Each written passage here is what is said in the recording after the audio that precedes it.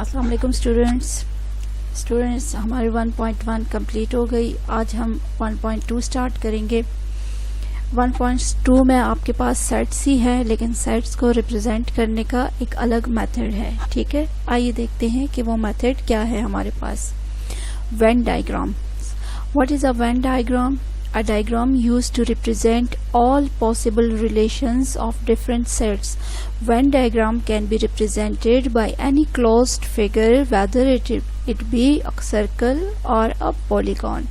ठीक है, सेट्स को हम ग्राफिकली भी रिप्रेजेंट कर सकते हैं और ग्राफिकली इसको रिप्रेजेंट करना हमारे लिए बहुत इजी है और उसको हम इजीली अंडरस्टैंड कर सकते हैं। एक एग्जांपल लेते हैं हम। सपोज कि एक सेट है आपके पास A, जिसके एलिमेंट्स है आपके पास 1, 2, 3, 4 एंड 8। B सेट है आपके पास जिसके एलिमेंट है 3, 4, 5 एंड 6। और C एक सेट है आपके पास जिसके एलिमेंट्स है आपके पास 3, 4, 6, 7 एंड 8। ठीक है, फाइंड क्या करना है? फाइंड हमने करना है A union into B union C। और सेकंड हमने फाइंड करना है A intersection B into intersection C। First को सबसे पहले लेते हैं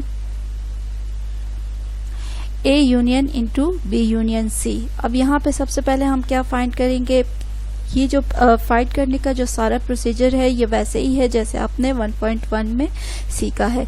सबसे पहले हम इसको B यूनियन C को सॉल्व करेंगे। ठीक है, B यूनियन C को लेंगे, यानी B और C के एलिमेंट्स को किसी एक सेट में लिखना। इसको सबसे पहले ऐसे B union C is equal to B का सेट यूनियन C का सेट। तो B यूनियन C क्या आएगा? इन दोनों एलिमेंट्स को हमने एक ही सेट में लिखना है, लेकिन किसी एलिमेंट की रिपीटिशन ना हो। जैसे कि 3, 4 यहाँ भी है आपके पास और 3, 4 यहाँ भी है, तो इस सेट में हमने उसे एक ही दफ़ा लिखना है 3, 4। फिर 5, 6 है आपके पास इस सेट में और C में आपके पास 7, 8 है। तो इन सबको जब हमने कंबाइन करके लिखा तो हमारे पास B यूनियन C जो सेट बना उसके एलिमेंट आपके पास बने 3, 4, 5, 6, 7 एंड 8। अब B यूनियन C फाइंड हुआ तो अब हम A union into B union C find करेंगे। तो A union into B union C के लिए हम सबसे पहले सेट A को लिखेंगे और यूनियन B यूनियन C। ठीक है, B यूनियन C जो हमने सेट फाइंड किया हमने उसी सेट को यहाँ पे लिखना है। तो अब देखिए आपके A सेट के एलिमेंट्स आपके पास 1, 2, 3, 4, 8 है और B यूनियन C सेट के एलिमेंट आपके पास 3, 4, 5, 6, 7, 8 है। अब इनको जब कंबाइन करके हम लिखेंगे तो हमारे पास एक सेट बनेगा 1, 2, 3, 4, 5, 6, 7 और 8। ठीक है, यहाँ तक आपको समझ आ गई होगी। अब इसी सेट को यानी इसी A union into B union C को हम ग्राफिकली रिप्रेजेंट करेंगे। तो ग्राफिकली इसको हम कैसे रिप्रेजेंट करते हैं? यहाँ पे देखिए एक रेक्टेंगल हम लेते हैं। ठीक है, एक रेक्टेंगल हम लेते हैं और उसे U से शो करते हैं।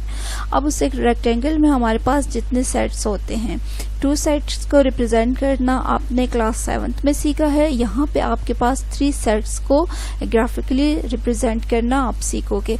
यहाँ आपके पास ये जो सर्कल है ये आपके लिए सेट A के लिए है। अब सेट A के जो एलिमेंट्स है आपके पास यहाँ देखे 1 और 2। 1 और 2 सेट A की वो एलिमेंट है जो B में भी नहीं है और C में भी नहीं है। लिहाजा हम इस एरिया में ये जितना एरिया है आपके पास यहाँ कहीं पे भी आप 1 और 2 को लिख सकते हो। ठीक है, फिर B सेट में 5 एक ऐसा एलिमेंट है आपके पास जो सेट A में भी मौजूद नहीं है और सेट C में भी मौजूद नहीं है। लिहाजा ये जो सारा एरिया है आपका यहाँ पे आप 5 लिख सकते हो। इन सारे एरिया में कहीं भी आप 5 को लिख सकते हो।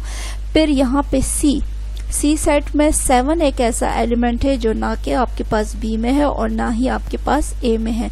तो लिहाजा आप इस पूरे एरिया में ये जो सारा एरिया है आपके पास, ठीक है, ये जो सारा खाली एरिया है आपके पास, इसमें कहीं भी आप इस 7 को लिख सकते हो। अब देखिए कि सेट A में एक एलिमेंट है 8। ठीक है, सेट A में एक एलिमेंट है आपके पास 8। अब 8 आपके पास सेट A में भी है और सेट C में भी है। तो ये जो एरिया है ये यहाँ तक आप अच्छी तरह गौर से देखिए, ये जो सारा एरिया है ये वो एरिया है आपके पास जो कि इन दोनों में है, यानी ये सेट ए का भी है और सेट सी का भी है। तो 8 मैंने यहाँ पे लिखा क्योंकि 8 वो एलिमेंट है जो आपके पास ए में भी है और आपके पास सी में भी है, तो ये दोनों में आ रहा है। ठीक है, ये दोनों में आ रहा है, तो 8 को मैंने यहाँ लिख लिया। क्लियर। अब 6 आपके पास ऐसा एलिमेंट है, यहाँ पे देखिए ये जो एरिया है ये वो एरिया है जो आपके पास बी का है और सी का है, यानी ये एरिया कवर करता है सी को भी और बी को भी। तो बी और सी के वो एलिमेंट जो एक जैसे हैं। ठीक है, तो बी और सी में सिर्फ 6 है आपके पास। 6 आपके पास यहाँ सी में भी है और यहाँ बी में भी है, तो इस एरिया में मैं 6 लिखूंगी। क्लियर हुआ। अब नेक्स्ट आपके पास 3 और 4 बचते। 3 और 4 वो एलिमेंट्स हैं आपके पास जो यहाँ ए में भी आपके पास मौजूद है, यहाँ देखिए 3 और 4, यहाँ बी में भी आपके पास मौजूद है और यहाँ सी में भी आपके पास मौजूद है। लिहाजा ये जो एरिया है आपका, ठीक है, ये जो एरिया है ये इन तीनों के लिए है, यानी सेट ए के लिए भी, सेट बी के लिए भी और सेट सी के लिए भी। ठीक है, तो वो एलिमेंट जो कि तीनों सेट में हो तो उसको आपने इस एरिया में लिखना है।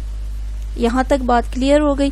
अब जो हमारे पास A union into B union C आया है, तो वो आपके पास आया है 1 2 3 4 5 6 7 और 8। ठीक है, यूनियन है, लिहाजा इस पूरे सर्कल्स को, इन तीनों सर्कल्स को आपने इस तरह कलर करना है। ठीक है, इन सर्कल्स को आपने, जब यूनियन है यानी इट्स मीन के आपके पास ये जो सारे एलिमेंट्स है इसका एक सेट बना है आपके पास, तो आपने इसको या तो शेड करना है इस तरह, और या आपने इन तीनों सर्कल्स को आपने कलर करना है। जैसे कि मैंने इन तीनों सर्कल को एक ही कलर दिया हुआ है, तो ये रिप्रेजेंट करता है कि ये आपके पास यूनियन है। ठीक है, A union into B union C. Clear हुआ आपको। एक और एग्जाम्पल लेते हैं, A intersection B into intersection C. अब यहाँ पे सबसे पहले हम ए इंटरसेक्शन बी फाइंड करेंगे। ए इंटरसेक्शन बी यानी ए और बी के वो एलिमेंट जो कॉमन हो दोनों सेट्स में। तो ए इंटरसेक्शन बी हमारे पास क्या आएगा, ए के एलिमेंट्स है हमारे पास 1 2 3 4 एंड 8, जबकि बी के एलिमेंट्स है हमारे पास 3 4 5 और 6। अब इनमें कॉमन कौन सा एलिमेंट्स है आपके पास, 3 और 4 आपके पास कॉमन है, लिहाजा ए इंटरसेक्शन बी आपके पास आया 3 4। अब हमने फाइंड करना है A intersection B into intersection C. तो यहाँ पे आपने ए इंटरसेक्शन बी के एलिमेंट्स लिखने हैं सबसे पहले, इंटरसेक्शन का साइन, और फिर आपने सी के एलिमेंट्स लिखने हैं। तो यहाँ पे आपके पास कॉमन क्या है, यहाँ भी आपके पास कॉमन 3 और 4 है।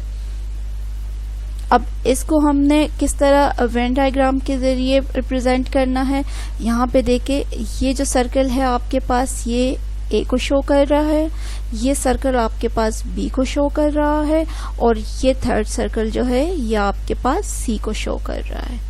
इसी तरह ये जो एरिया है आपके पास, इसमें मैंने वो एलिमेंट्स लिखने हैं जो ए और सी दोनों में मौजूद हो, तो वो 8 है। ठीक है, फिर यहाँ इस एरिया में मैंने वो एलिमेंट्स लिखने हैं जो बी और सी में कॉमन हो, तो वो 6 है। फिर जो लेफ्ट एलिमेंट है यानी ए के वो एलिमेंट जो ना बी में हो आपके पास और ना सी में हो, तो वो 1 और 2 है। फिर बी के वो एलिमेंट्स जो किसी दूसरे सेट में ना हो, तो बी का वो एलिमेंट सिर्फ 5 है और सी का वो एलिमेंट सिर्फ 7 है। अब इन तीनों सेट्स में जो कॉमन एलिमेंट है वो 3 और 4 है। तो हमने इंटरसेक्शन में क्या करना है, इंटरसेक्शन में हमने जस्ट उस एरिया को शो करना है और वो उस एरिया को कलर करना है। जैसे मैंने ये इस एरिया को कलर किया है, ये देखें ये एरिया जो है इसको मैंने कलर किया है और ये रिप्रेजेंट करता है इंटरसेक्शन को, और इंटरसेक्शन क्या है आपके पास 3 और 4, और यहाँ देखें ये भी आपके पास आ रहा है 3 और 4, यानी 3 और 4 वो एलिमेंट्स है जो आपके पास सेट ए में भी बिलोंग करते हैं, सेट बी में भी बिलोंग करते हैं और सेट सी में भी बिलोंग करते हैं। जब आपके पास यूनियन हो तो यूनियन में आपने इन सर्कल को कलर करना है, पूरे के पूरे सर्कल को आपने कलर करना है। लेकिन जब इंटरसेक्शन हो तो इंटरसेक्शन में आपने उस एरिया को, जो आपके पास इंटरसेक्शन में जो एलिमेंट्स आए हैं, तो वो एलिमेंट्स जहाँ हो तो जस्ट आपने उस एरिया को कलर करना है। क्लियर। अब एक्सरसाइज 1.2 में क्वेश्चन नंबर 1 पार्ट 2, ठीक है। पार्ट 2 में आपके पास है A intersection into B intersection C। आपके पास A जो सेट है उसके एलिमेंट है 2, 8, 12, B जो सेट है उसके एलिमेंट 10, 12, 16 और C जो सेट है उसके एलिमेंट है आपके पास 6, 12 एंड 18, ठीक है।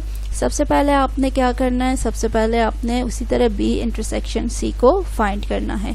B इंटरसेक्शन C को आपने B के एलिमेंट्स को लेना है और C के एलिमेंट्स को लेना है और इनमें कॉमन एलिमेंट ढूंढना है। कॉमन एलिमेंट इनमें 12 है, यानी इन दोनों सेट्स में आपके पास जो एलिमेंट्स कॉमन है तो वो कौन से हैं, वो जस्ट सिर्फ एक ही एलिमेंट है 12। तो B इंटरसेक्शन C आपके पास आया 12। फिर आपने फाइंड करना है A intersection into B intersection C। तो सबसे पहले आपने A के एलिमेंट्स को लिखना है, उसके बाद इंटरसेक्शन का साइन और उसके बाद ये जो आपने B इंटरसेक्शन C फाइंड किया है तो उसके एलिमेंट्स को आपने लिखना है। तो वो एलिमेंट आपके पास 12 है। अब यहाँ भी देखें तो कॉमन क्या है, कॉमन आपके पास 12 ही आ रहा है। तो A intersection into B intersection C क्या है आपके पास 12। अब ग्राफिकली इसको देखते हैं। यहाँ पे देखिए ये जो सर्कल है ये शो कर रहा है A को, ये जो सर्कल है आपके पास ये शो कर रहा है B को और ये जो सर्कल है ये शो कर रहा है आपके पास C को। अब आपके पास 2 और 8 आपके पास वो एलिमेंट है जो कि दूसरे किसी सेट में नहीं है। अब यहाँ देखिए मैंने इन जगहों पे किसी एलिमेंट को नहीं लिखा, इसलिए नहीं लिखा कि इनमें ऐसा कोई एलिमेंट नहीं है, यानी सिवाय 12 के जो कि कॉमन एलिमेंट है वो आप यहाँ लिखोगे, ठीक है। जो कॉमन एलिमेंट है तीनों सेट्स का जो कॉमन एलिमेंट है वो यहाँ पे आ रहा है आपके पास, तो वो आपने यहाँ लिख दिया। इस 12 के अलावा आपके पास कोई ऐसा एलिमेंट नहीं है जो कि A और B में कॉमन हो या B और C में कॉमन हो या A और C में कॉमन हो। तो इन एरिया को मैंने ऐसे ही छोड़ दिया। अब जो बाकी ये जगह है आपके पास तो इसमें आपने कहीं पे भी आप लिख सकते हो। इस 2 को आप यहाँ भी लिख सकते हो, इस 8 को आप यहाँ भी लिख सकते हो। तो आपने 2 और 8 को लिख दिया। इसी तरह साइड B में आपके पास 12 के अलावा बाकी जो एलिमेंट है वो 10 और 16 है। 10 और 16 बाकी किसी सेट में बिलोंग नहीं करते, तो उसको भी आपने इसी एरिया में लिखना है, ठीक है। इस एरिया में कहीं पे भी आप 10 को इधर भी लिख सकते हो, इधर भी लिख सकते हो, इधर भी। ये जो पूरा एरिया है आपका यहाँ से ये आप इधर 10 और 16 को कहीं भी लिख सकते हो। इसी तरह सेट C में 18 और 6 ऐसे एलिमेंट है जो बाकी दोनों सेट्स में नहीं है सिवाय कॉमन एलिमेंट के जो कि 12 है। तो ठीक है, यहाँ आपने 12 को लिखना है और चूंकि इंटरसेक्शन है तो आपने सिर्फ इसी जगह को, इसी एरिया को आपने कलर करना है और इधर आपने 12 लिखना है। होप कि आपको ये अच्छी तरह से समझ आ गई होगी। 1.2 क्वेश्चन नंबर 1 पार्ट 3 में है आपके पास A union into B intersection C। Set elements वही हैं आपके पास, ठीक है। तो यहाँ आपने सबसे पहले B इंटरसेक्शन C फाइंड करना है। B इंटरसेक्शन C आपने पिछले उसमें भी फाइंड किया, तो ये आपको डेफिनेटली याद होगा कि ये 12 आया, यानी इनका कॉमन एलिमेंट क्या है 12 है। अब आपने क्या करना है, B इंटरसेक्शन C तो फाइंड हो चुका है 12 है। अब आपने A union into B intersection C find करना है, ठीक है। A union into B intersection C, A के एलिमेंट्स लिखना है यूनियन और फिर B इंटरसेक्शन C के जो एलिमेंट्स है वो आपने लिखने हैं। तो इन सबको अब आपने किसी एक सेट में लिखना है। तो एक सेट में लिखने के बाद ये आए आपके पास 2, 8 एंड 12, ठीक है। अब इसको जब आप वेन डायग्राम के थ्रू रिप्रेजेंट करोगे तो कैसे करोगे, तीनों सेट्स को आपने लिखा, ठीक है। यहाँ आपके पास B के एलिमेंट 10 और 16, C के एलिमेंट 6 और 18। तो यहाँ आपके पास कौन सा एलिमेंट आ रहा है, 12 आपका ये आ रहा है और 2 और 8, ठीक है। A में 2 और 8। तो इस पूरे एरिया को आपने क्या करना है, इस पूरे एरिया को आपने कलर करना है, क्योंकि ये आपका A union into B intersection C आया। क्लियर।